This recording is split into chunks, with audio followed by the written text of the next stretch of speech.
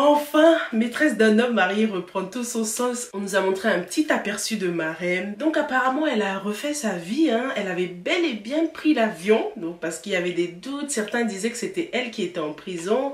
Bah en fait non, parce que on voit que sa boss, donc sa patronne, lui donne un billet d'avion et lui demande de choisir entre rester ou partir.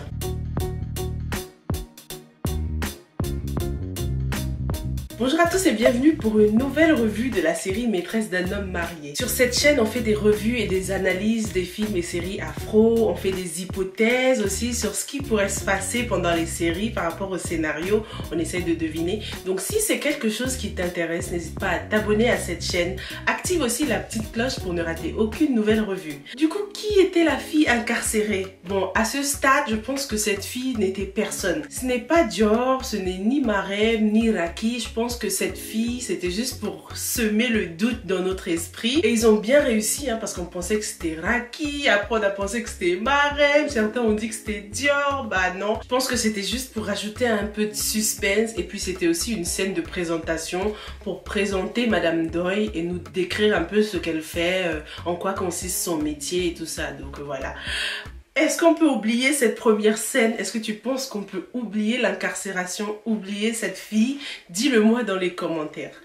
Alors, Marème. Donc, Marème, elle s'est trouvée du boulot. C'est une employée modèle, toujours ponctuelle. Et sa patronne lui fait plein de compliments, plein d'éloges et tout. Et on dirait qu'elle s'est même trouvé quelqu'un, ou en tout cas, elle a quelqu'un dans... Il y a quelqu'un dans les parages, quoi. Qui aurait un certain Salif dans sa vie. Qui est-ce? En tout cas, j'ai hâte de découvrir, j'ai hâte de savoir qui c'est. Marème, elle a le choix. C'est un véritable dilemme, là. Entre rester où elle est, elle a un nouveau boulot, tout se passe bien.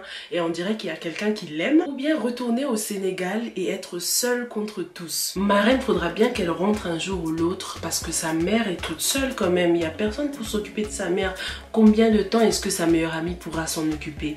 Et puis n'oublions pas que Marème, ce n'est pas la seule fautive dans cette histoire. On a tous un passé, tu vois, dans la vie on a tous un passé. Et c'est vraiment mesquin d'utiliser le passé de quelqu'un comme ça alors que la personne essaye vraiment de s'améliorer, de devenir quelqu'un de mieux, quoi. En plus, d'après ce qu'on comprend, Marème a subi des violences, tu vois, d'après ce que sa mère disait. Même si ce qu'elle disait c'était un peu off, on comprend qu'il y a quand même une part de vérité là-dedans qui a choqué Cher parce qu'apparemment il n'était pas au courant aussi. En tout cas, avec le petit point de vue omniscient qu'on a, on peut dire que Cher sera prêt à accepter Marème. Petite parenthèse aussi, je voudrais vraiment souligner le travail dans la musique parce que la musique contribue beaucoup aux émotions qu'on ressent. Donc toutes les musiques sont changées au beau moment. Lorsque sa patronne demande à Marème de quoi as-tu peur, dès qu'elle dit de l'aimer, il y a tout de suite une tension. En fait, j'ai beaucoup aimé ressentir cette émotion de tension et tout ça, c'est grâce à la musique.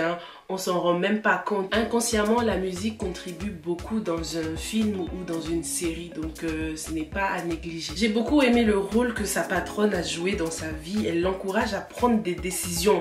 Soit elle donne sa chance à Salif parce qu'on dirait qu'il y a un mec qui est amoureux d'elle, soit elle fait face au regard des gens et elle essaye un peu de sauver sa réputation entre guillemets. C'est une super leçon de vie aussi parce que franchement, fuir ne résout jamais rien. Des fois, il faut savoir faire face à ses problèmes pour pouvoir faire la paix avec soi-même. J'ai aussi beaucoup aimé la métaphore qu'elle a utilisée avec la lionne. Elle lui a dit que même blessée, une lionne reste une lionne. Est-ce que tu as remarqué ma crinière de lionne là? C'était même pas fait exprès. J'ai beaucoup aimé cette métaphore de la lionne parce que l'emblème du Sénégal c'est le lion. Donc voilà, on reste dans le made in Sénégal. Les Sénégalais, vous pouvez être fiers. Cette scène a duré à peine 5 minutes mais c'était l'une des meilleures scènes de l'épisode et c'était vraiment une belle fin pour cet épisode. Donc maintenant Marème a les cartes en main. Juste au moment où ça commence à aller mieux avec Cher et Lala, ils font des sorties en famille et tout ça. L'amour revient. Marème va venir mettre son grain de sable dans leur à checker.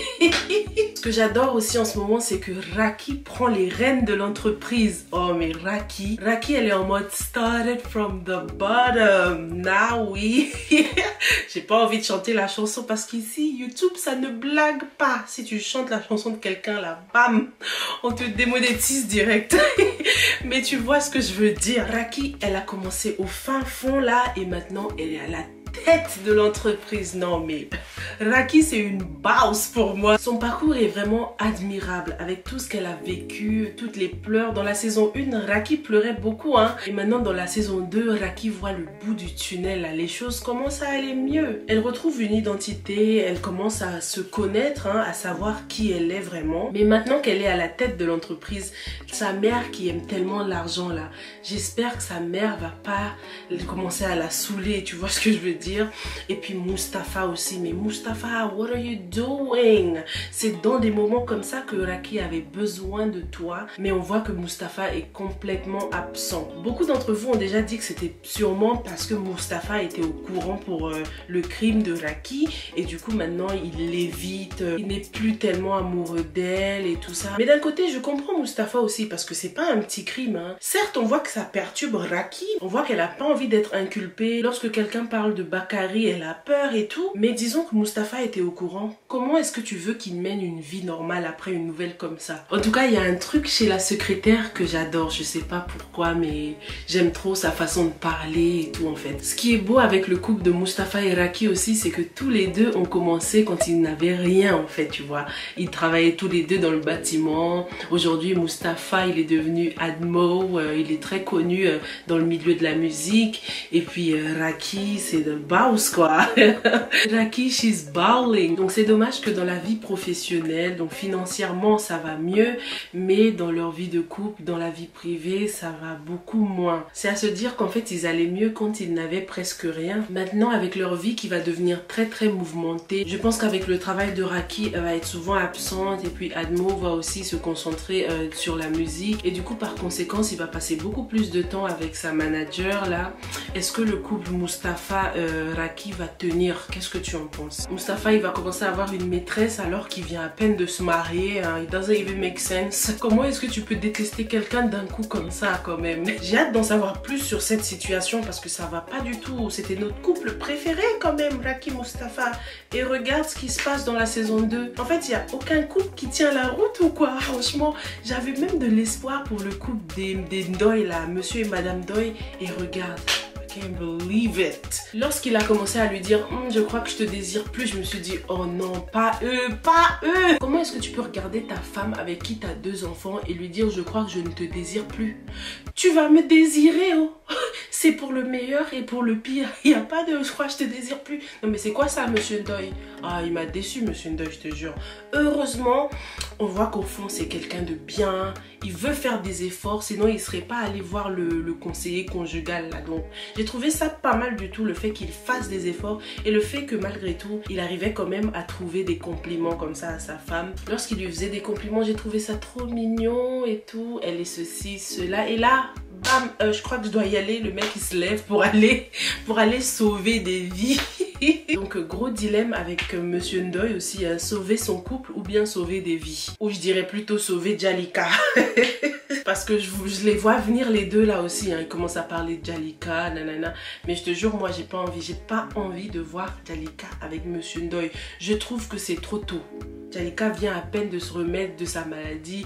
Déjà que émotionnellement on a cru qu'on allait perdre notre Jalika. Laissez-nous le temps de la savourer avant qu'elle se lance dans une relationship là. Donc Maki apparemment on va plus le revoir hein, parce que Biram dit qu'il a réussi à s'en débarrasser. Oh my god, trop de rebondissements pour cette saison 2. Le scénario là il me casse la tête. Laisse tomber.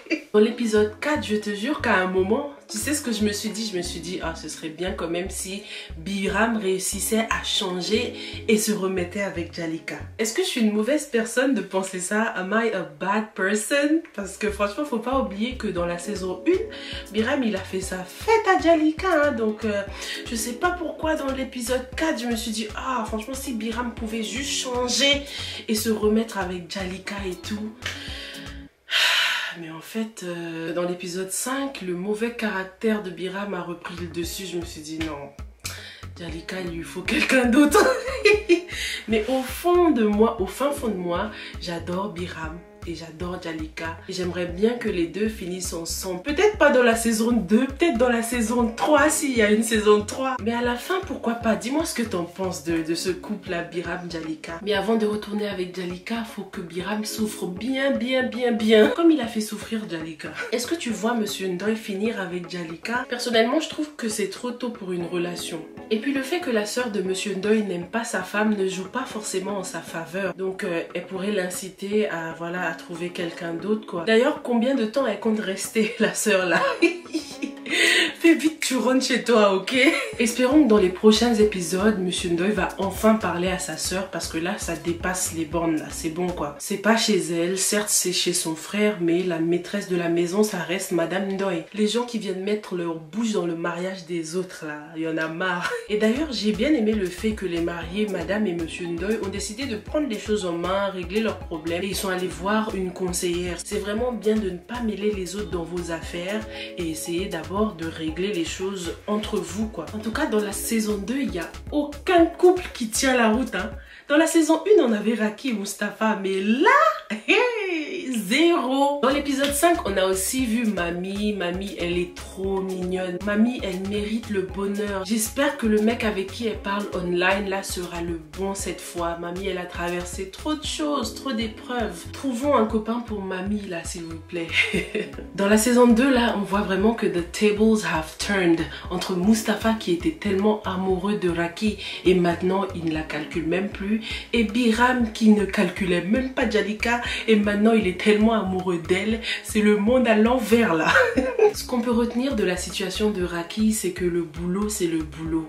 Peu importe ce que tu fais dans la vie, que ce soit le métier le plus désagréable du monde, fais le bien, donne-toi toujours à fond parce que tu ne connais pas l'avenir. Raki a été choisie certes parce qu'elle fait partie de la famille, mais aussi parce qu'elle fait du bon travail. Si Biram était quelqu'un de sérieux dans le boulot, la question ne se serait même pas posée. Cher aurait choisi Biram directement parce que c'est son bras droit en quelque sorte, c'est son petit frère et il a toujours été là depuis le début de l'entreprise. Mais grâce au travail et à la ténacité de Raki, il a décidé de la choisir. Malgré tout ce qui se passait dans la vie privée de Raki avec l'histoire de son père, avec sa mère et tout, la seule chose qu'elle adorait le plus, c'est le travail et elle se donnait toujours à fond.